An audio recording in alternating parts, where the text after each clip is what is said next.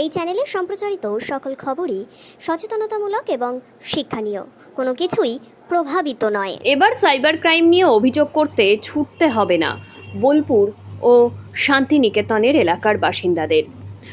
শান্তিনিকেতনের শ্যামবাটি ক্যানেল মোড়ে বীরভূম জেলা পুলিশের তরফ থেকে করা হয় সাইবার অ্যাসিস্ট্যান্ট সেল।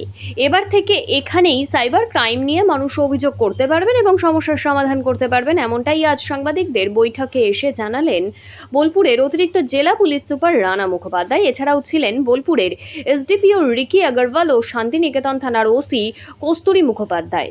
আজ এই ভবনটির উদ্বোধন করা হয়। কর্মসূচি আজকে আপনাদের?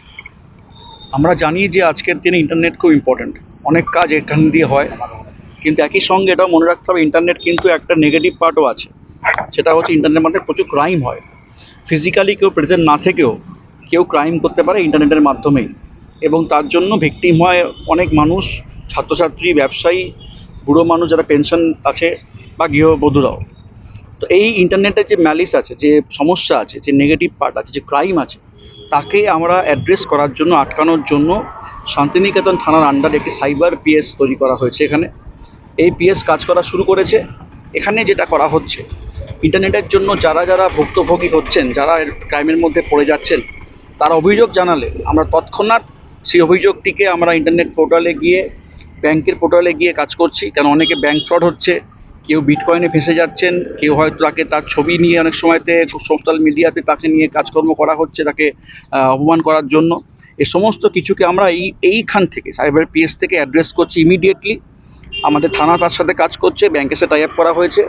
এভাবে আমরা চেষ্টা করছি যে ইন্টারনেটের যে নেগেটিভ পার্ট, যে ক্রাইমগুলো আছে, তাকে খুব কম সময়ে এখান থেকেই এখানকার মানুষদের জন্য, শুধু এখানকার মানুষ না, ছাত্রছাত্রী এখানে পড়াশোনা করেন, প্রচুর পর্যটক এখানে আসেন, ব্যবসাদার আছেন, তাদের প্রত্যেকের সুবিধার জন্য আমরা এই সাইবার পিএসকে কাজে লাগাচ্ছি।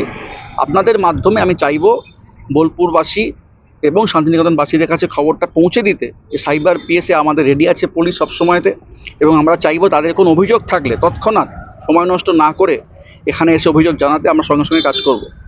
এবং এর জন্য একটু হেল্পলাইন নাম্বারও দেওয়া হয়েছে, যে নাম্বারটা আপনাদের মাধ্যমে আমি সবার মধ্যে দিতে চাইব, 9147890495। আরেকবার নাম্বারটি বলছি, 9147890495। এই নাম্বারেও ফোন করলে অভিযোগ আমরা নিচ্ছি, সোশ্যাল মিডিয়ায় দিলে অভিযোগ আমরা নিচ্ছি, বা ফিজিক্যালি কেউ কাগজ জমা দিলে অভিযোগ আমরা নিচ্ছি এবং তার সাথে কাজ শুরু করছি। আশা করছি এর মাধ্যমে এই অঞ্চলে অন্তত সাইবার ক্রাইমগুলো আমরা আটকাতে পারবো। স্যার, বীরভূম জেলা পুলিশের তো নিজস্ব সাইবার সেল আছে, একটি শুধুমাত্র বোলপুর শান্তিনিকেতনের জন্য? এটা সাব ডিভিশন লেভেলে কাজ করবে, কারণ অনেক মানুষ যেতে পারেন না শরীর অবধি।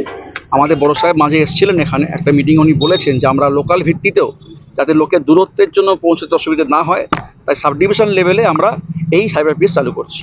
আপনারা থাকবেন কিভাবে, পুরো প্রসেসটা যদি? এখানে আমাদের পুলিশের লোক থাকছেন যারা ট্রেন্ড হয়েছেন, তাদের ট্রেন করা হয়েছে এটাকে কাজ করার জন্য। ওভারঅল চার্জে থাকবে এসডিপিও বোলপুর এবং শান্তিনিকেতন, এবং তাদেরই পুরো টিম 24x7 এখানে কাজ করবে।